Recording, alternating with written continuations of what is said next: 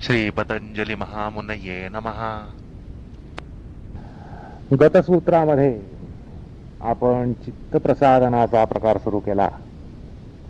चित्तप्रसादनाची जी तंत्र आहेत त्यांचा विचार हा त्या ठिकाणी आरंभ पावला होता आणि त्यात आपण पहिला प्रकार पाहिला जो व्युत्थानावस्थेमध्ये प्राधान्यानं फार मोठे योगदान ठेवत असतो. अर्थात प्राधान्याने जरी व्युत्थानावस्थेमध्ये मैत्री भाव, करुणा भाव, मुदिता भाव, उपेक्षा भाव यांची क्रमशः सुखी, दुःखी, पुण्यात्मक आणि पापात्म्यांच्या संदर्भात भावना जोपासना करण्याचा प्रकार जरी सांगितला गेला तरी आपण ते सूत्र स्वतःकडे कसं वळू शकतं, योग साधनेकडे कसं वळू शकतं हाही प्रकार पाहिला. पण असं आपण शेवटी गतसूत्राच्या उपसंहारात पाहिलं की हा जो प्रकार आहे मैत्री, करुणा, अमृता, उपेक्षाणाम, सुख दुःख, पुण्यापुण्य विषयाणाम, भावनातश्चित्त प्रसादनम, हा एक चित्तप्रसादनाचा परोक्ष प्रकार आहे असं आपण त्या ठिकाणी म्हटलं. याचं कारण आता या सूत्रामध्ये जो प्रकार सांगितला जाणार आहे तो अपरोक्ष असा प्रकार आहे आणि ह्याच्या तुलनेनं तो परोक्ष आहे असं म्हटलं गेलं. तर आता या ठिकाणी सूत्रकार चित्तप्रसादनाचा एक योगिक, योगतांत्रिकी, स्पष्ट शब्दात सांगायचं म्हणजे प्राणायामात्मक असा एक प्रकार आता सांगतायत. ते म्हणतात प्रच्छर्दन विधारणाभ्याम वा प्राणस्य, म्हणजे प्राण म्हणजे उच्छ्वास, प्राणक्रिया, अर्थात प्राणक्रियेचं रेचन करून प्राणाची क्षणभर धारणा करण्यानं, विधारणा म्हणजे सोडलेला श्वास सोडल्यानंतर काही काळ, काही क्षणभर त्या ठिकाणी प्राणधारण करणं, प्राणरोधन करणं, यानं सुद्धा चित्त प्रसादित होतं असं ते म्हणतात. आता सुरुवातीला सांगितल्याप्रमाणे हा एक प्राणायामात्मक असा चित्त प्रसादनाचा प्रकार या ठिकाणी सूत्रकार सांगतायत. अर्थात सूत्रामध्ये चित्त प्रसादनम असा शब्द प्रयोग आला. मैत्री, करुणा, अमृता, उपेक्षाणाम, सुखदुःख, पुण्यापुण्य विषयाणाम, भावनातश्चित्त प्रसादनम. पण या ठिकाणी चित्त प्रसादनम हा शब्द घातला नाही, पण त्याच्याऐवजी वा असा शब्द घातलाय. हा जो शब्द प्रयोग आहे या ठिकाणी वा म्हणून, प्रच्छर्दन विधारणाभ्याम वा प्राणस्य. तर या सूत्रामध्ये पूर्वसूत्रस्थ चित्तप्रसादनम या पदाची अनुवृत्ती मानावी म्हणून या ठिकाणी वा हे पद अन्वित आहे. असो, आता प्रच्छर्दन पद हे जे आहे, प्रच्छर्दन असं जे पद आहे ते पद अतिरिक्त गतीचा उच्छ्वास सांगते.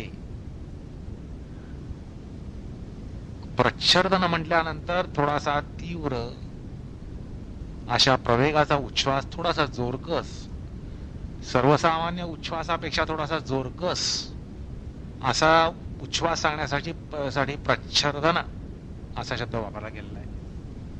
आणि त्याच्यानंतर प्राणधारणा सांगितली गेली. विधारणाभ्याम म्हणजे सोडलेल्या श्वासाची धारणा करायची, म्हणजे तांत्रिकी परिभाषा म्हणजे बाह्य कुंभक असा हा या ठिकाणी शब्दशः अर्थ प्राप्त होतो. म्हणजे बाह्य कुंभकाद्वारा सुद्धा चित्त प्रसादन होत. आता भाष्यकार या ठिकाणी म्हणतात की अर्थात प्राणाचं प्रच्छर्दन करण्याचा प्रकार म्हणजे उच्छ्वास सोडण्याचा प्रकार हा या ठिकाणी असल्यामुळे त्याचं लक्षण करताना ते म्हणतात उदरस्थ वायूला नासिकापुटाद्वारा विशिष्ट प्रयत्नद्वारा, प्रयत्न विशेषेण थोडासा प्रयत्न करून वमन करणं म्हणजे प्रच्छर्दन, म्हणजे अर्थात थोडासा जोरकस श्वास सोडणं हा प्रच्छर्दन या पदाचा अर्थ आहे. तशा प्रकारचा अर्थ स्पष्ट करण्यासाठी भाष्यकार म्हणतात की नासिकापुटातून विशिष्ट प्रयत्नद्वारा वमन करणं, उच्छ्वासाचं वमन करणं हे प्रच्छर्दन आहे. आणि विधारण म्हणजे प्राणायाम, म्हणजे कुंभक, म्हणजे बाह्य कुंभक. आणि त्यामुळे मनाला स्थैर्य प्राप्त होतं असा खुलासा भाष्यकार करतात. तर भाष्यकारांची पदयोजना जर या ठिकाणी आपण पाहिली तर आपल्याला असं लक्षात येतं. ते म्हणतात कौष्ठस्य वायो नासिकापुटाभ्याम प्रयत्न विशेष वमनम प्रच्छर्दनम विधारणम प्राणायामस्ताभ्याम वा मनसा स्थिती संपादयेत. अर्थात हा एक प्राणायामाचा प्रकार आहे असं जे म्हटलं त्याला आधार भाष्यकारांचं या ठिकाणचं स्पष्टोक्त असं मत. कारण ते या ठिकाणी स्पष्टपणे प्राणायाम असा शब्द किंवा असा प्रयोग त्या ठिकाणी करतात. आता या ठिकाणी प्राणायाम असं भाष्यकार म्हणतात, त्याचा जो सामान्य अर्थ किंवा प्रसिद्ध अर्थ तो म्हणजे पूरक, कुंभक, रेचक. हा प्राणायाम मात्र या ठिकाणी अनुस्यूत नाहीये. कारण प्राणायामाचा प्रसिद्ध अर्थ म्हणजे काय तर पूरक, कुंभक, रेचक, श्वास घेणं, श्वास कोदणं आणि श्वास सोडणं, हा प्राणायाम या पदाचा प्रसिद्ध अर्थ आहे. पण तो अर्थ या ठिकाणी नाहीये. कारण सूत्रकार पुढे प्राणायामाचं लक्षण सांगतात, त्यामध्ये केवळ श्वास प्रश्वास यातला गतिविच्छेदच प्राणायाम असं व्यापक लक्षण ते करतात. आणि या सूत्रामध्ये प्राणाचं प्रच्छर्दन झाल्यावर विधारणा सांगितली असल्यानं प्राणगतीमध्ये विच्छेद आहे आणि तशा अर्थानं भाष्यकार प्राणायाम म्हणतात. म्हणजे प्रसिद्ध अर्थानं प्राणायाम म्हणत नाहीत, पण सूत्रकारांनी प्राणायामाचं लक्षण दुसऱ्या अध्यायात केलेलं आहे, दुसऱ्या पादात केलेलं आहे. त्या ठिकाणी गतिविच्छेद हा प्राणायाम आहे. श्वासोश्वासामधला गतिविच्छेद हा प्राणायाम आहे आणि या ठिकाणी तसा गतिविच्छेद आहे म्हणून तो प्राणायाम ठरतो. अर्थात उच्छ्वासोत्तर विधारणा आहे असं तर सूत्रकार या ठिकाणी स्पष्ट म्हणतात. त्यामुळे हा प्राणायाम आहे अशा अर्थानं भाष्यकार स्पष्टोक्ती करतात. अर्थात भाष्यकारांना पूरक, कुंभक, रेचक हा प्रकार अनुस्यूत नाहीये. तर या ठिकाणी रेचक, कुंभक असा प्रकार त्यांनी सांगितलेला आहे. आता हा खुलासा करण्याचं कारण असं की प्राणायाम असा प्रयोग भाष्यकारांनी केला आणि प्राणायाम याचा प्रसिद्ध अर्थ म्हणजे पूरक, कुंभक, रेचक. त्यामुळे तोच सांगितला जातो आहे असं म्हणणं हा त्या ठिकाणी एक ज्याला अर्थ लादणं असं म्हणता येईल तो प्रकार संभवेल, म्हणून तो अर्थ या ठिकाणी नाहीये.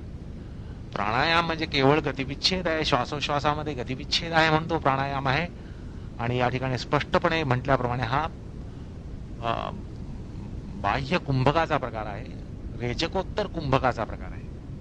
असो, आता सूत्रामध्ये वा हा जो प्रयोग आहे त्या पदानं असं म्हटलंय की मैत्री आदींना हा पर्याय आहे असं समजू नये. म्हणजे वा म्हटल्यानंतर किंवा असं म्हटलं याचा अर्थ ते करा किंवा हे करा असाच अर्थ करण्याचं कारण नाही. कारण किंवा या पदाला असे दोन अर्थ आपल्याला आपण वापरतो, दोन अर्थाने किंवा वापरतो. किंवा म्हणल्यात तर हे किंवा ते असा आपण अर्थ घेतो, किंवा दुसरा अर्थ होतो हा एक प्रकार आणि याच्याबरोबरच तोही एक प्रकार. तर या ठिकाणी मैत्री आदीला पर्याय सांगितला नाही ना, तर एक अशी पळवाट काढाल आपल्याला मैत्री आदी भावना जोपासता येत नाही, मैत्री, करुणा, अमृता, उपेक्षा आहे यांची काही जोपासना करता येत नाही. तर सूत्रकारांनी त्याला पर्याय दिला आहे. तर प्रश्नपत्रिकेमध्ये जे पर्याय येतात मग तो त्यातला एक पर्याय सोडून द्यायचा आणि दुसरा पर्याय उत्तराला घ्यायचा. तर तसा प्रकार या ठिकाणी मुळीच नाहीये, हे पक्क लक्षात घेतलं पाहिजे. आलं का लक्षात? म्हणजे चित्त प्रसादनामध्ये प्रकार जे सांगितले आहेत ते सांगितले जात आहेत. तर किंवा या पदाने हे किंवा ते नाही, तर ते आणि हे अशा अर्थानं या ठिकाणी वा ही पदयोजना झालेली आहे. नाहीतर असं आहे की एखादा पळवाट काढेल की आपल्याला मैत्री भावना जोपासता येत नाही, करुणा भावना जोपासता येत नाही, मुदिता जोपासता येत नाही, उपेक्षा भावना जोपासता येत नाही. अर्थात ती कुठे जोपासायची हे गतसूत्रात सांगितलंय. पण तसा प्रकार आपल्याला जमत नाही तर आपण प्राणायाम करूया, ते नाही जमत तर नाक धरूया. म्हणजे तो मनोनिग्रह जमत नाही, मनाचं सुसंस्कृतीकरण आपल्याला जमत नाही, ते झेपत नाही, तर आपण नाक धरूया. तर असा हा प्रकार या ठिकाणी नाहीये. आणि अशा प्रकारचा संकेत वाचस्पती मिश्राने स्पष्टपणे केलेला आहे. अर्थात त्यामुळे तो महत्वाचा आहे. आता वाच्यार्थ घेण्यानं असा अर्थ होतो की मैत्री करुणादी भावना जोपासाव्यात किंवा विशिष्ट प्राणायाम करावा, असा या ठिकाणी अर्थ प्राप्त होतो. पण तसा घेणं म्हणजे योगविषयक अनभिज्ञता ठरेल. आलं का लक्षात? म्हणजे प्रश्नपत्रिकेमध्ये पर्याय येतात तशा प्रकारे ह्याला पर्याय समजून अर्थ करणं म्हणजे योग शास्त्राबद्दल एक अनभिज्ञताच त्या ठिकाणी दिसून येईल. त्यामुळे या संदर्भामध्ये वाचस्पती मिश्रांच्या भाष्याकडे टीकेकडे लक्ष वेधावं असं वाटतं. ते म्हणतात, वा शब्दो वक्ष्यमाणो उपायांतरापेक्षो विकल्पार्थ न मैत्र्यादी भावनापेक्षया तया सह समुच्चयात, असं ते स्पष्ट म्हणतात. अर्थात त्या दोन्ही गोष्टींचा समुच्चय व्हायला पाहिजे, हे किंवा ते असा हा प्रकार नाही.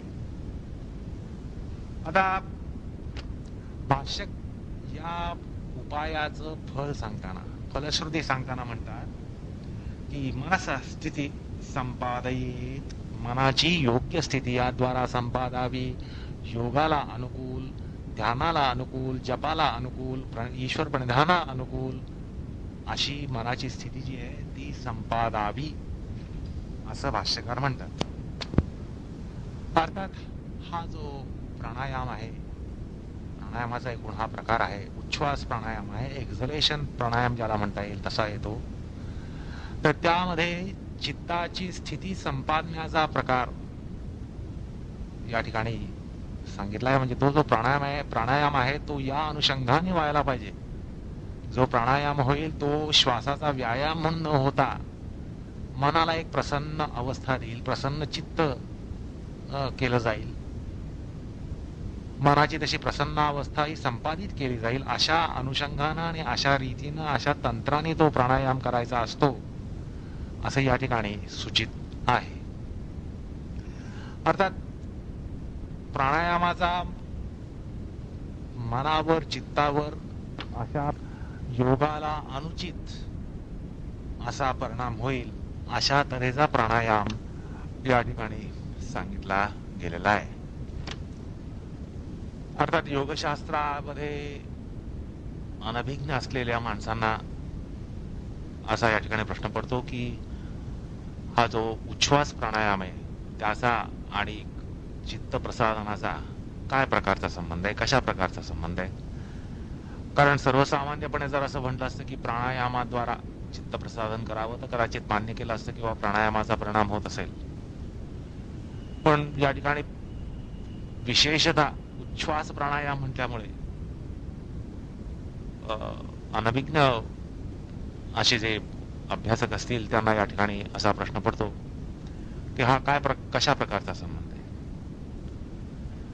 तर असं आहे की प्राणायामामधली उच्छ्वास प्रक्रिया जी आहे त्या उच्छ्वास प्रक्रियेचा परिणाम हा चित्तावर, विशेषतः चित्ताचे जे घटक आहेत मन, बुद्धी, अहंकार यांच्यावर एक पूरक असा परिणाम होत असतो. पूरक अशा अर्थानं की चित्त प्रसादनाच्या दृष्टीनं पूरक, त्याला पूरक असा, अभिमत असा, अभिप्रेत असा परिणाम हा उच्छ्वास प्राणायामाद्वारा होत असतो. आधुनिक मज्जाविज्ञानाच्या भाषेत सांगायचं म्हणजे उच्छ्वासाद्वारा मेंदूतील मज्जा केंद्र आणि एकूण मज्जा संस्था याच्यामध्ये एक प्रकारे शैथिल्य यायला लागतं आणि मज्जेमध्ये शैथिल्य आल्यामुळं विचार चक्राची गती ही थोडी कमी होते आणि विचार चक्रांची गती कमी झाल्यामुळं चित्तामध्ये असलेला चंचलता हा जो त्याचा धर्म आहे त्याला थोडा अटकावा बसतो आणि चित्ताच्या चंचल धर्माला अटकावा बसल्यामुळं चित्ताला एक प्रशांत अवस्था ही येत असते. पुन्हा अहंकाराच्या संदर्भामध्ये उच्छ्वास प्राणायामाचा परिणाम असा होतो की अहंकाराला संकोच हा प्राप्त होतो. अहंकाराला संकोच प्राप्त झाला की प्रेरणा कमी होतात. मनाला ज्या प्रेरणा लागतात, मनाच्या प्रेरणा, बुद्धीच्या प्रेरणा, या सगळ्या प्रेरणा अहंकाराच्या आधिपत्याखाली असतात आणि उच्छ्वास प्राणायामाद्वारा अहंकारामध्ये एक संकोच हा आल्यामुळं त्याची प्रेरक शक्ती कमी होते आणि अहंकाराची प्रेरक शक्ती कमी झाली की प्रवृत्ती, सगळ्या मानसिक प्रवृत्ती ज्या आहेत त्या प्रवृत्तींना एक प्रकारे अटकाव बसतो आणि एक विसावा, चैतिक विसावा हा निर्माण होतो आणि चैतिक विसावा निर्माण झाल्यामुळे त्याच्याद्वारा एक प्रकारे चित्ताची शांतावस्था येत असते. तसंच मानसशास्त्रीय परिभाषेत सांगायचं म्हणजे उच्छ्वासाद्वारा अहंकारामध्ये एक संकोच हा येत असल्यामुळं अहंकारापासून निर्माण होणारे जे विकार असतात त्या विकारांना सुद्धा संकोच हा प्राप्त होत असतो आणि त्यामुळे ते सगळे विकार हे संकोच पावल्यामुळे चित्तामध्ये एक प्रकारे प्रसन्नता आणि पावित्र्य हे येत असतं. आणि याचं कारण असं की उच्छ्वास म्हटल्यानंतर अहंकार विसर्जनाची ही एक प्रक्रिया असते. उच्छ्वास म्हणजे अहंकार विसर्जनाची प्रक्रिया. ज्याप्रमाणे उच्छ्वासाद्वारा आपण श्वासाबाहेर विसर्जित करत असतो, त्याचबरोबर अंतःकरणामध्ये अहंकाराचं एक विसर्जन होत असतं आणि अहंकाराचं विसर्जन झाल्यामुळे चित्तामध्ये पावित्र्यता, चित्तामध्ये प्रसन्नता, शांतावस्था, निर्वंचावस्था, या सगळ्या जे उदात्तावस्था, चित्ताची एक उदात्तावस्था ही प्राप्त होते. ह्याचं कारण अहंकाराची विकृती जी आहे त्या विकृतीमध्ये एक संकोच हा घडत असतो. तसं श्वास घेण्याची जी क्रिया आहे ती शक्तिदायक आहे आणि उच्छ्वासाची जी क्रिया आहे ती विरामदायक आहे. श्वास आपण प्राणवायू आत घेत असतो असं एक सर्वसामान्यपणे आपण समजून घेतलं तरी आपल्या लक्षात येतं की प्राणवायू म्हणजे प्राणशक्ती, प्राणशक्ती म्हणजे क्रियाशक्ती, क्रियाशक्ती म्हणजे प्रवृत्ती शक्ती आणि त्या उलट ज्या वेळेला आपण श्वास बाहेर सोडतो, उच्छ्वास करतो, त्यावेळेला उलटी प्रक्रिया निर्माण होते. प्रवृत्तीच्या विरुद्ध अशी निवृत्तीची प्रक्रिया निर्माण होते. क्रियाशीलत्वाच्या विरुद्ध अशी शिशिरावस्थेची एक प्रक्रिया मनामध्ये निर्माण होते आणि त्यामुळे ज्याला हायबरनेशन म्हणतात अशा एक प्रकारची शिशिरतंत्रा ही मज्जा गोलक, इंद्रिय गोलक यांच्यामध्ये आणता येते आणि त्यामुळे पंचज्ञानेंद्रिय आणि त्यामागची इंद्रिय गोलक आणि त्यामागची मज्जा संस्था ह्यांना एक प्रकारे विराम हा प्राप्त होतो. आणि त्याचप्रमाणे कर्मेंद्रिय जी आहेत ते कर्मेंद्रिय गोलक आणि कर्मेंद्रियामागची मज्जासंस्था यांना सुद्धा एक प्रकारे विराम हा दिला जातो आणि विरामावस्था दिल्यामुळे चित्तामध्ये एक प्रशांतावस्था येते. तसंच उच्छ्वासाची क्रिया ही एक प्रकारे विसर्जनाची क्रिया आहे. मानसिक विसर्जन असतं आणि मानसिक विसर्जनामध्ये एक प्रकारे शरणागतीची भावना ही संभवते आणि शरणागतीच्या मागे एक उत्कटता असते. शरणागती मागे एक सद्गतीत होण्याची प्रक्रिया ही उभी केली जाते.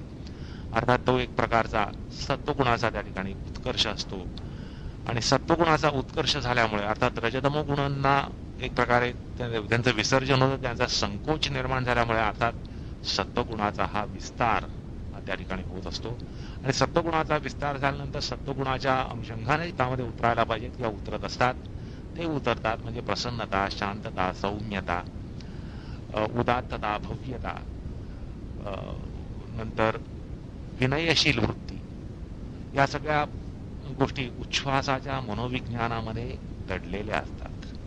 म्हणजे उच्छ्वास हा केवळ उच्छ्वास असला तरी ज्यावेळेला प्राणायामाच्या क्रियेमध्ये उच्छ्वास केला जातो तर त्यावेळेला केवळ त्याच्यामधनं कर्बद्दी प्राणील वायू हा बाहेर टाकला जात नाही, किंवा शरीरातले द्रव्य विषारी वायू हे बाहेर टाकले जात नाही, तर त्याच्याबरोबर ही एक फार महत्वाची अशी प्रक्रिया त्याच्या मागे उभी केली जाते की हा जो विसर्जनाचा भाव आहे, विसर्जनाची भावना आहे, विसर्जनाच्या भावनेमागे एक प्रकारे विनय, शरणागतावस्था या येत असतात. आणि त्यामुळे सत्वोत्कर्ष होतो. आणि सत्वच्या उत्कर्षामुळे, सत्वगुणाच्या उत्कर्षामुळे सत्वाला अनुलक्षून, सत्वगुणाला अनुलक्षून चित्तामध्ये काही अवस्था निर्माण होतात, ज्या शांतता, सौम्यता, पावित्र्य,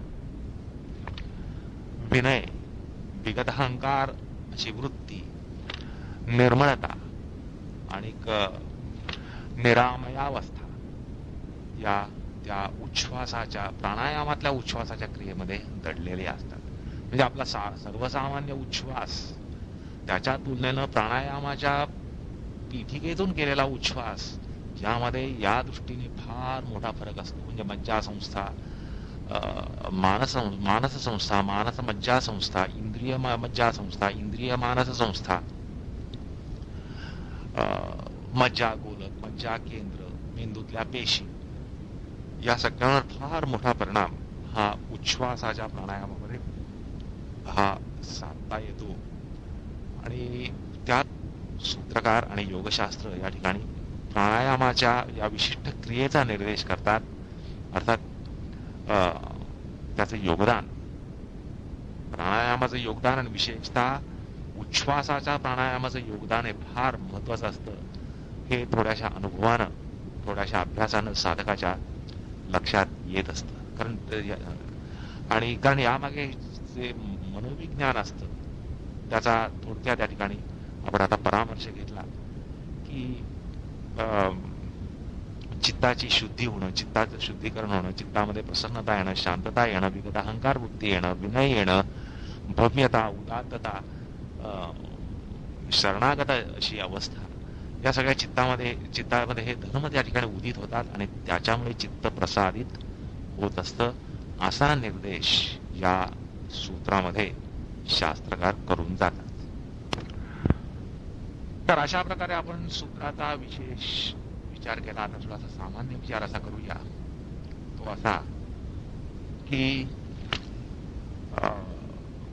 ही जी श्वासक्रिया आहे, श्वसनक्रिया आहे, ही प्राणीमात्राच्या ठिकाणी म्हणजे जीवजंतू, जीवराशी जे आहेत त्यांच्या ठिकाणी एक निसर्गतः आणि सतत चालणारी क्रिया असते, अहोरात्र अशी चालणारी क्रिया असते.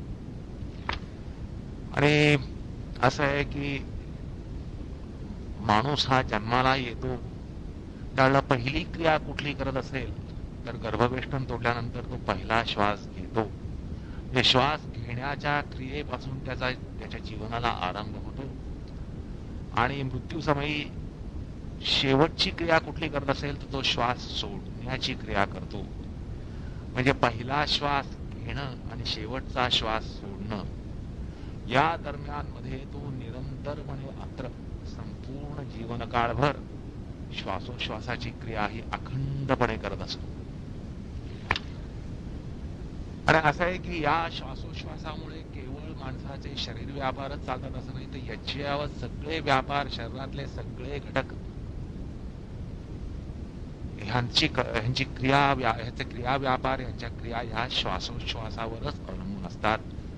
म्हणजे अगदी सूक्ष्म असे जे घटक आहेत, मन, बुद्धी, चित्त, अहंकार, हे सगळे जे घटक आहेत ते सगळे घटक सुद्धा या श्वासोश्वास क्रियेवरच चालू असतात. आणि ती एक क्रिया बंद पडली की याची सगळ्या क्रिया या ठप्प होत असतात, थांबत असतात.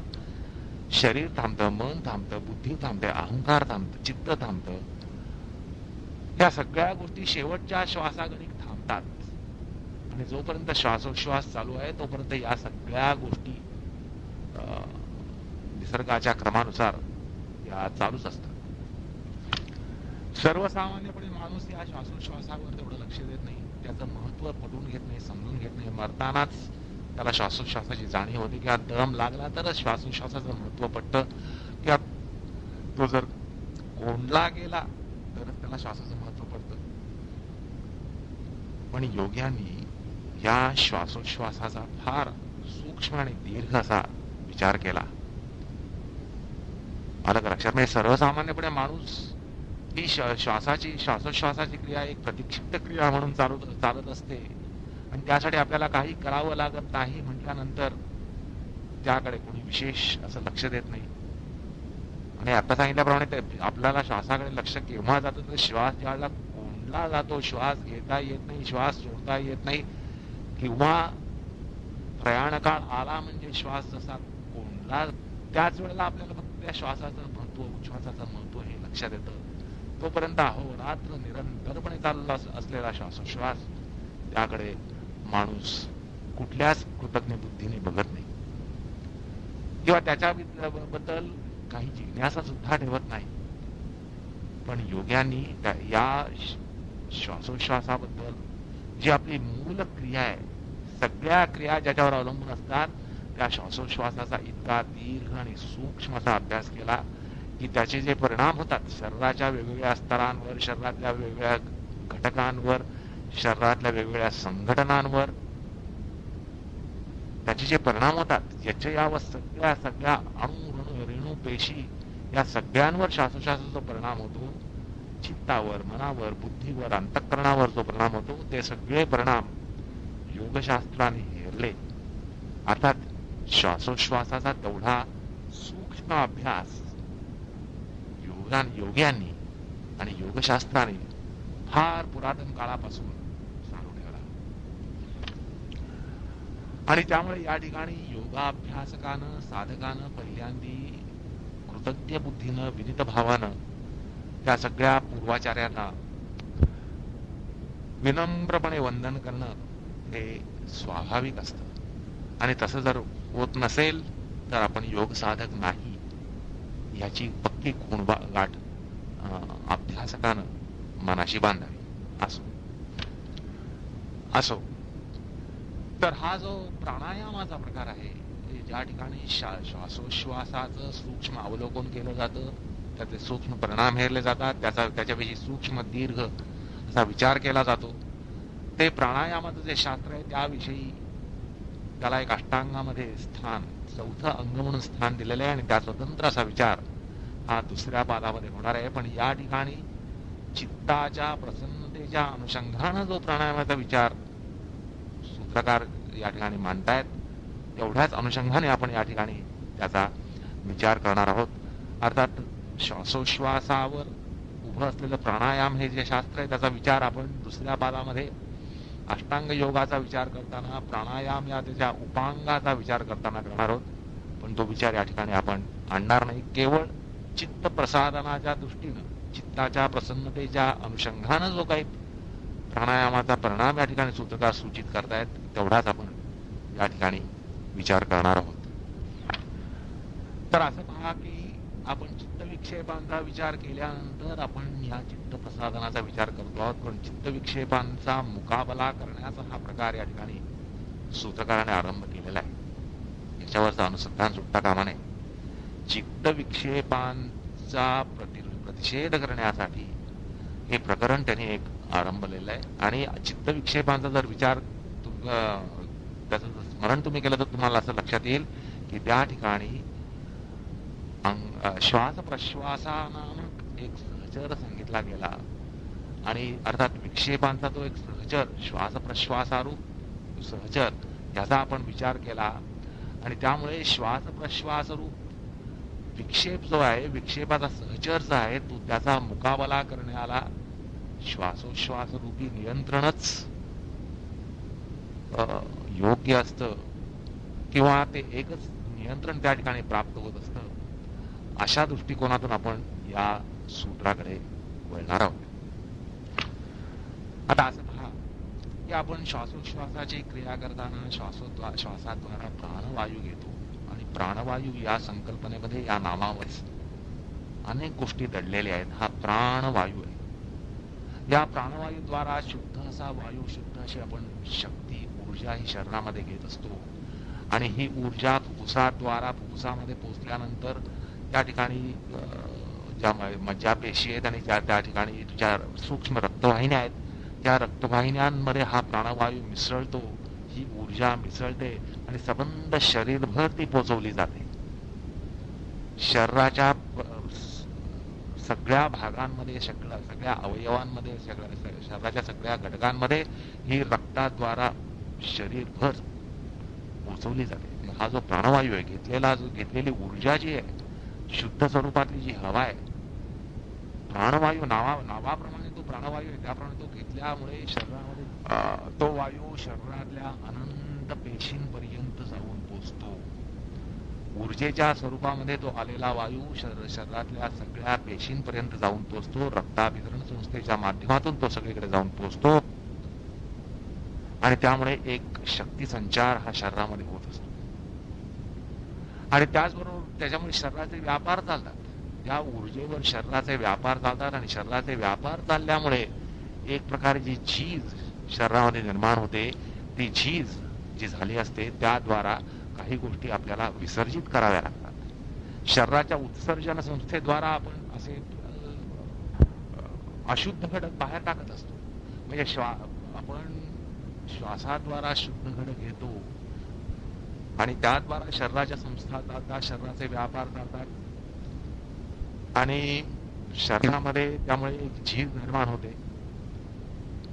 तसेच शरीरामध्ये अशुद्ध घटक असे निर्माण होतात आणि हे सगळे अशुद्ध घटक आणि शरीरात जी झीज झालेली असते त्या गोष्टी ज्या बाहेर विसर्जित करायला पाहिजे त्या आपण उत्सर्गद्वारा ज्या करतो, तसंच आपण उच्छ्वासाद्वारा करत असतो. उच्छ्वास हा एक उत्सर्जन प्रक्रियेतला महत्वाचा भाग आहे.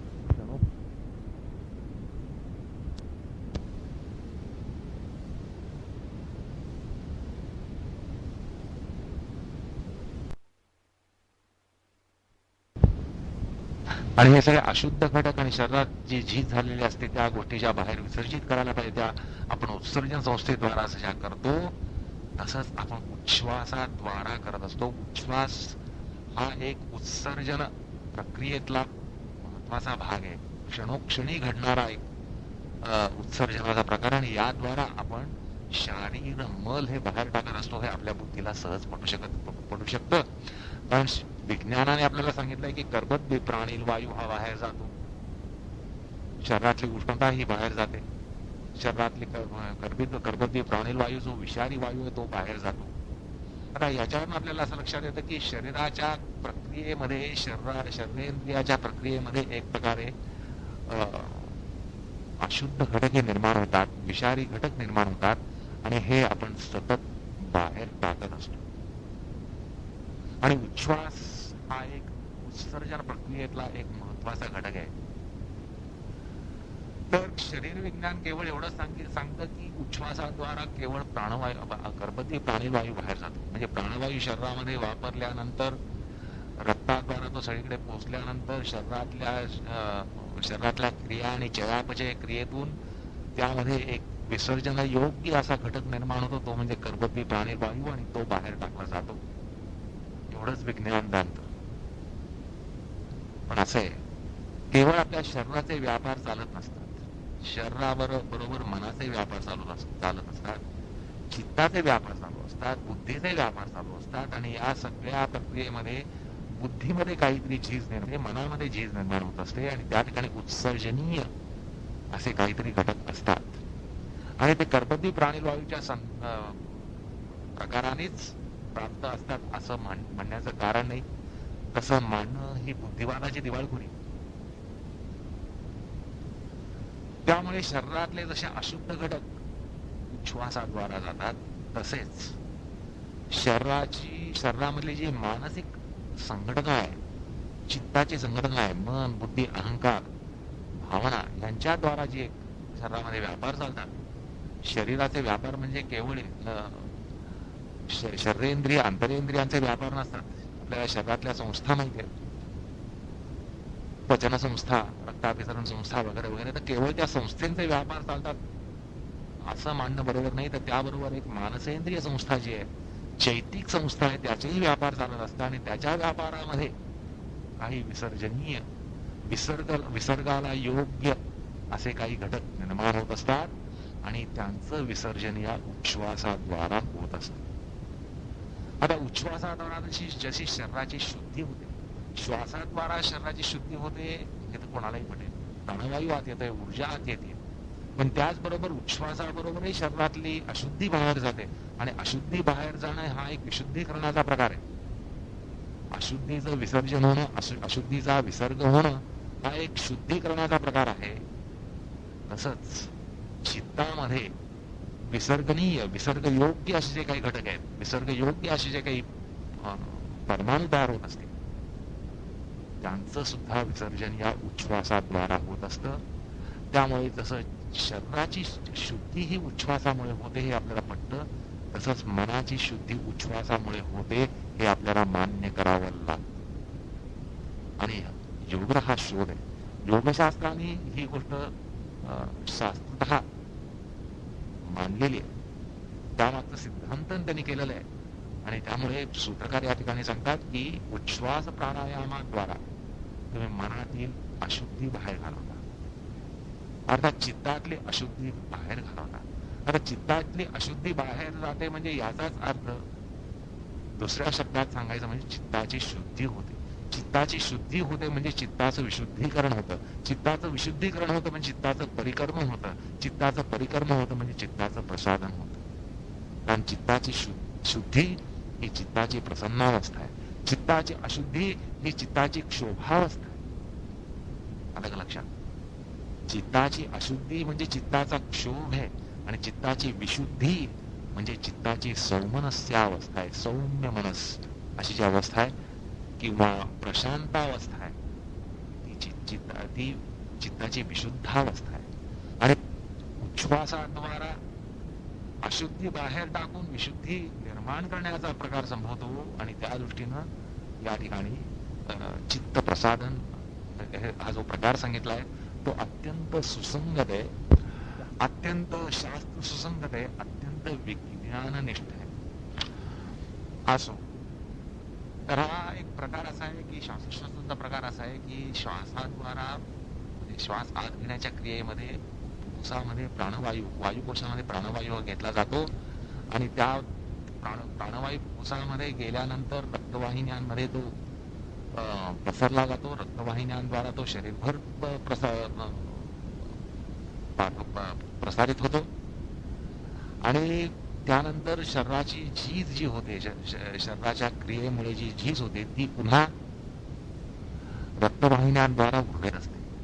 त्याला नीला असं म्हणतात कारण त्याच्यामध्ये थोडस कृष्णवर्ण असं नीलवर्णात्मक असा शुद्ध रक्त हे हृदयाकडे येत असते. मला लक्षात, ऊर्जा वापरून झाल्यानंतर कसं आहे की वाहनामध्ये पेट्रोल टाकून आपण वाहन चालवतो आणि वाहन चालवताना धूर निर्माण होतो आणि धूर बाहेर प्रदूषण निर्माण करतो कारण तो एक अशुद्ध घटक असतो. तसंच शरीराच्या क्रियेमध्ये अशुद्ध घटक निर्माण होतात आणि ते अशुद्ध घटक हे नीलेद्वारा रक्तवाहिन्यांमध्ये नीलांचा जो प्रकार आहे त्यामध्ये ते रक्त काळ्या रंगाचं किंवा कृष्णवर्णाचं किंवा नीलवर्णाचं असं अशुद्ध रक्त हे हृदयाकडे येत असतं. अर्थात ज्या हृदयाद्वारा लाल रंगाचं शुद्ध रक्त शरीरभर जातं म्हणजे फुफ्फुसातून आलेली हवा त्याद्वारा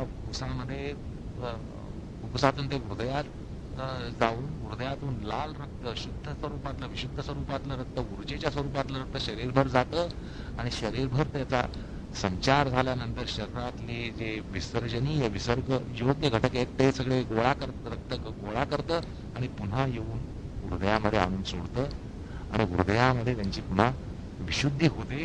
ती कशाद्वारा? तर त्यातला कार्बन डायऑक्साईड जो आहे तो वायुकोशांना दिला जातो फुफ्फुसातल्या आणि ते वायुकोश ते सगळ्या कर्बोदक प्राणील वायू हे नागपुडी वाटे बाहेर सोडतात. म्हणजे वायुकोश हे दोन प्रकारचं काम करतात की शुद्ध वायू घेणं हृदयाला पोचवणं, हृदयामध्ये चित्त रक्ताची शुद्धी करणं. तसंच अशुद्ध वायू हा हृदयाकडनं घेणं रक्ताद्वारा, अभिसरण संस्थेतल्या नीला यांच्याद्वारा जे अशुद्ध रक्त आलं असतं त्यातला कार्बन डायऑक्साईड हा हृदयामध्ये आल्यानंतर तिथून तो विघटित होतो आणि तो फुफ्फुसात जातो. फुफ्फुसातले वायू पण डायऑक्साईड घेतात, कर्बोदकी प्राणवायू घेतात आणि उच्छ्वासाद्वारा त्याला बाहेर टाकतात. अशा प्रकारे विसर्ग होऊन रक्ताचं शुद्धीकरण हे फुफ्फुस आणि हृदय या दोघांच्या समन्वयातून होत असतं. तर हे विज्ञानाने जाणलं, कारण विज्ञानाला सूक्ष्मदर्शकाखाली या क्रिया दिसल्या, किंवा ज्याला रेडिओलॉजी म्हणतात त्याच्यातून या क्रिया दिसल्या, स्कॅनिंग टेक्नॉलॉजी ज्याला म्हणतात त्याद्वारा या क्रिया त्यांना दिसल्या. पण असं आहे की ही जी उपकरण आहेत यांच्या उपकरणाखाली चित्त येऊ शकत नाही, मन येऊ शकत नाही, बुद्धी येऊ शकत नाही. माणसाचं अंतःकरण हे या सूक्ष्मदर्शकांच्या खाली, किंवा ही जी विविध साधनं आहेत वैद्यकशास्त्रातली, वैद्यकशास्त्रामधल्या निरीक्षणाच्या जी उपकरण आहेत त्या निरीक्षणाच्या उपकरणाखाली हे घटक येत नाही. त्यामुळे या ठिकाणी काय घडतं, मनामधलं हृदय कुठलं आणि मनाची फुफ्फुस कुठली याची त्यांना जाणीव नाही.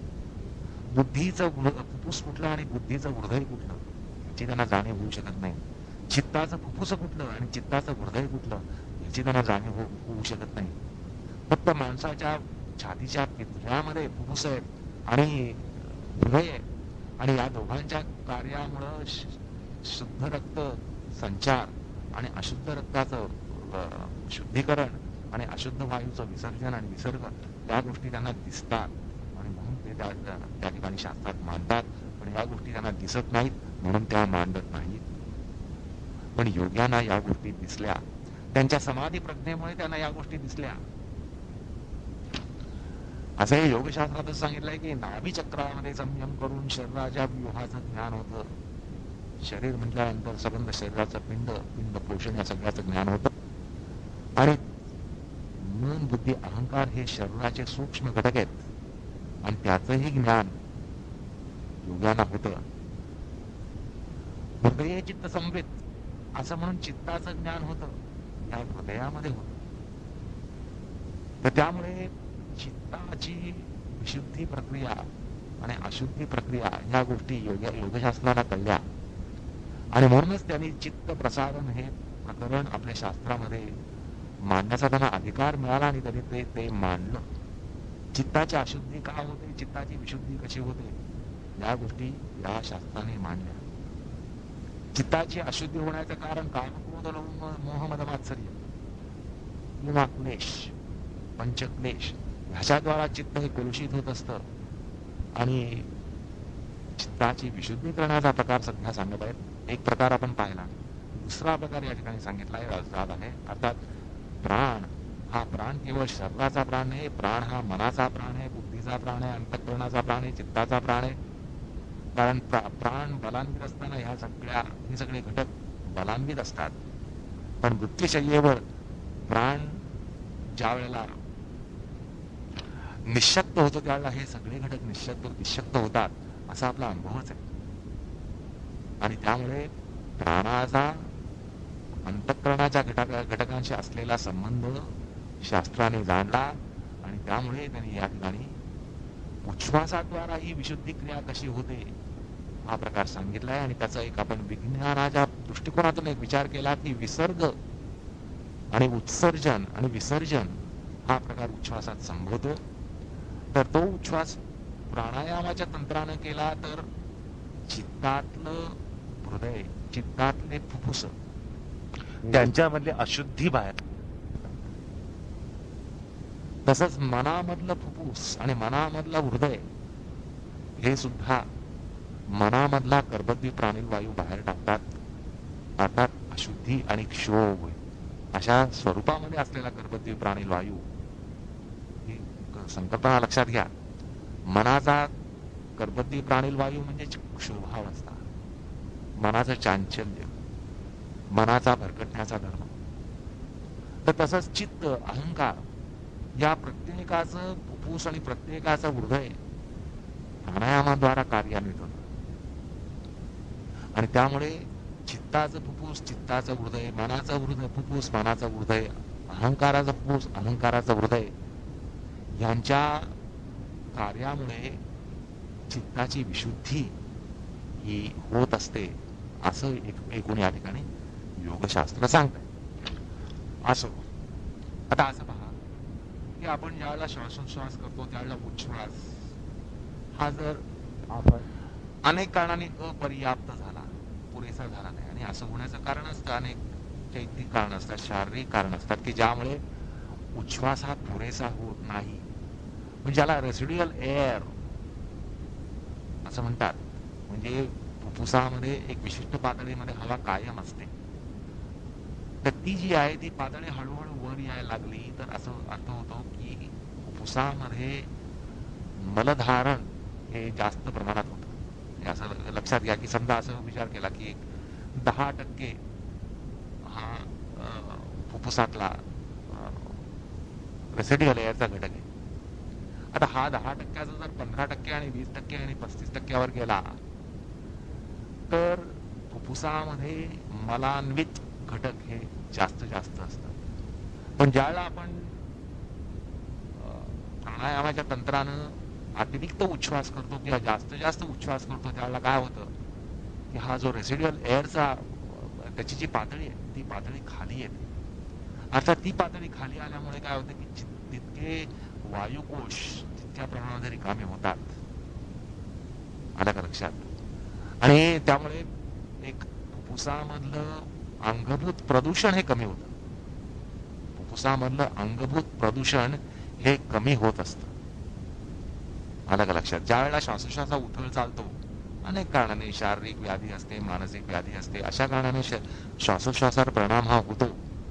आणि त्यामुळे जर श्वासोश्वास हा उथळ व्हायला लागला तर काय होतं की हळूहळू शरीरामध्ये या अंगभूत हवेची पातळी वाढत जाते, ज्याला रेसिड्युअल एअर म्हणतात. तर ही शिल्लक असणारी हवा कायम राहते हृदयामध्ये, फुफ्फुसामध्ये. मग त्याची जी पातळी वाढत गेली तर त्याचा साहजिकच अनिष्ट परिणाम होतो. पण हा जो प्रच्छर्दन प्रकार सांगितला, उच्छ्वासाचं वमन करणं, अतिरिक्त उच्छ्वास करणं हा जो प्रकार सांगितला, जास्त नियंत्रणानं उच्छ्वास करणं हा जो प्रकार सांगितला, त्याद्वारा आपण ही पातळी खाली आणू शकतो आणि त्यामुळे शरीरातली शुद्धी प्रक्रिया ही निश्चितच बलान्वित होते. आणि असं पहा की जितक्या प्रमाणात आपण उच्छ्वास जास्त करू शकतो तितक्या प्रमाणात आपले श्वासही वाढू शकतो. जितक्या प्रमाणात आपण फुफ्फुसही रिकामी करू तितक्या प्रमाणामध्ये फुफ्फुसामध्ये जास्त प्राणवायू येण्याची शक्यताही वाढते आणि त्यामुळे एकूण ऊर्जाही जास्त प्रमाणात शरीरामध्ये येऊ शकते. आणि त्यामुळे योग्याचं एक जे बल, योगामध्ये जे बल असतं म्हटलं जातं ते एवढ्या कारणाने, त्याचं शारीरिक बल असतं, त्याचं मनोबल बल असतं, त्याचं बुद्धिबल असतं, त्याचं धैर्यबल असतं, हे सामान्य माणसापेक्षा अधिक असतं. यामागे हा एक महत्वाचा घटक असतो. कारण तो अधिक प्रमाणामध्ये ऊर्जा शरीरामध्ये घेऊ शकतो, योग्य प्रमाणामध्ये त्याचं तो वाटप करू शकतो आणि त्याचा योग्य विनियोग हा योगी करू शकतो. तर या ठिकाणी प्रच्छर्दनाद्वारा उच्छ्वास सोडल्यानंतर किंवा सोडण्यामध्ये एक नियंत्रण आणल्यामुळे योग्याला अशा प्रकारचं सगळं चैतिक बल प्राप्त होतं, मनोबल प्राप्त होतं, बौद्धिक बल प्राप्त होतं आणि त्याद्वारा तो चित्त प्रसादनाचा एक प्रकार स्वाभाविकपणे हाताळू शकतो. आता आधुनिक काळामध्ये आपण टेन्शन आणि स्ट्रेस हा भाग फार अनुभवतो. आधुनिक काळ असा आहे की अत्यंत धकाधकीचा काळ आहे. त्या धकाधकीच्या धावपळीच्या काळामध्ये, स्पर्धेच्या काळामध्ये ही स्पर्धा, ही धावपळ, ही धकाधकी, ही धक्काबुक्की ह्याच्यामुळे माणसाचं जीवन हे अत्यंत गुंतागुंतीचं झालेलं आहे. त्याच्यामुळे रक्तदाबाचे विकार किती आहेत, किती प्रमाणात आहेत हे काही आज सांगण्याचं कारण नाही. जीवनच असं गुंतागुंतीचं झालेलं आहे, स्पर्धात्मक जीवन आहे, धकाधकीचं जीवन आहे. जीवनामधली ज्याला जीवनातला सरळपणा, हा सरळपणा गेलाय, जीवनामध्ये फार वाकडी वळणं यायला लागलेली आहेत आणि त्याच्यामुळे माणसाच्या डोक्यामध्ये, माणसाच्या मनामध्ये एक वादळ, सतत वादळ असतं. माणसाच्या मनामध्ये सतत वादळ चालू असतं, विचारांचं वादळ असतं.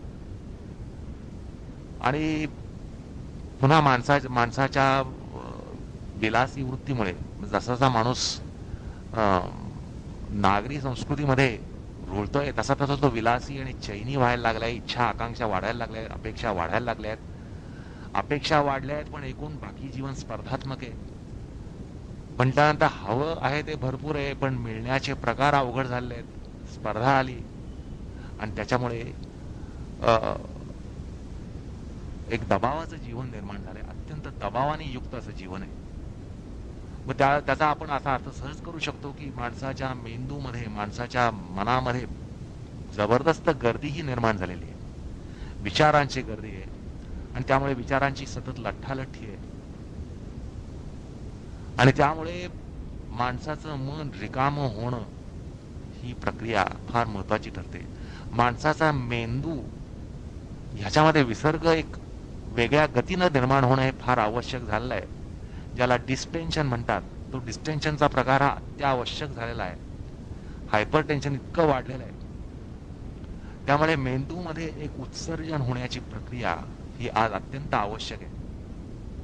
मेंदूमध्ये विसर्ग निर्माण होण्याची प्रक्रिया ही अत्यंत आवश्यक आहे आणि आज त्यासाठी प्राणायाम सारख्या क्रिया, योगाच्या जप आदी क्रिया, धारणा ध्यानादी क्रिया या सर्रास वापरल्या जात आहेत.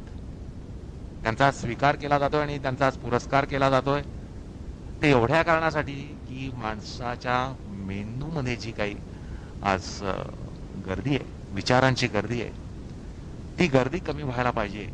आणि त्या दृष्टीने आपण हा जो प्राणायाम सांगितला जातोय त्याच्याकडे जर लक्ष दिलं तर आपल्याला सहज हे लक्षात येईल की निदान पक्षी माणसाच्या मनामध्ये निर्माण झाली नाही तरी ही जी अतिरिक्त अशुद्धी आहे, ईर्षा, माणसामध्ये ईर्षा, कामना, वासना, विलासप्रियता, क्रोध, दबाव, याच्यामुळे जी अतिरिक्त अशुद्धी निर्माण झाली. म्हणजे आजचा माणूस आणि 100 वर्षापूर्वीचा माणूस याचा जर आपण विचार केला तर आपल्याला सहज गोष्ट लक्षात येते की आज माणसाच्या मेंदूमध्ये प्रचंड प्रमाणामध्ये अशुद्धी निर्माण होत असते. आजूबाजूची परिस्थितीच अशी आहे, एकूण जीवन प्रणालीच अशी गुंतागुंतीची झालेली आहे आणि त्याच्यामुळे काम, क्रोध, लोभ, मोह, मद, मात्सर्य, ईर्ष्या, आकांक्षा, वासना, उद्वेग, चिंता, चुटपुट, धाकधूक हे सगळे विकार फोफावलेत.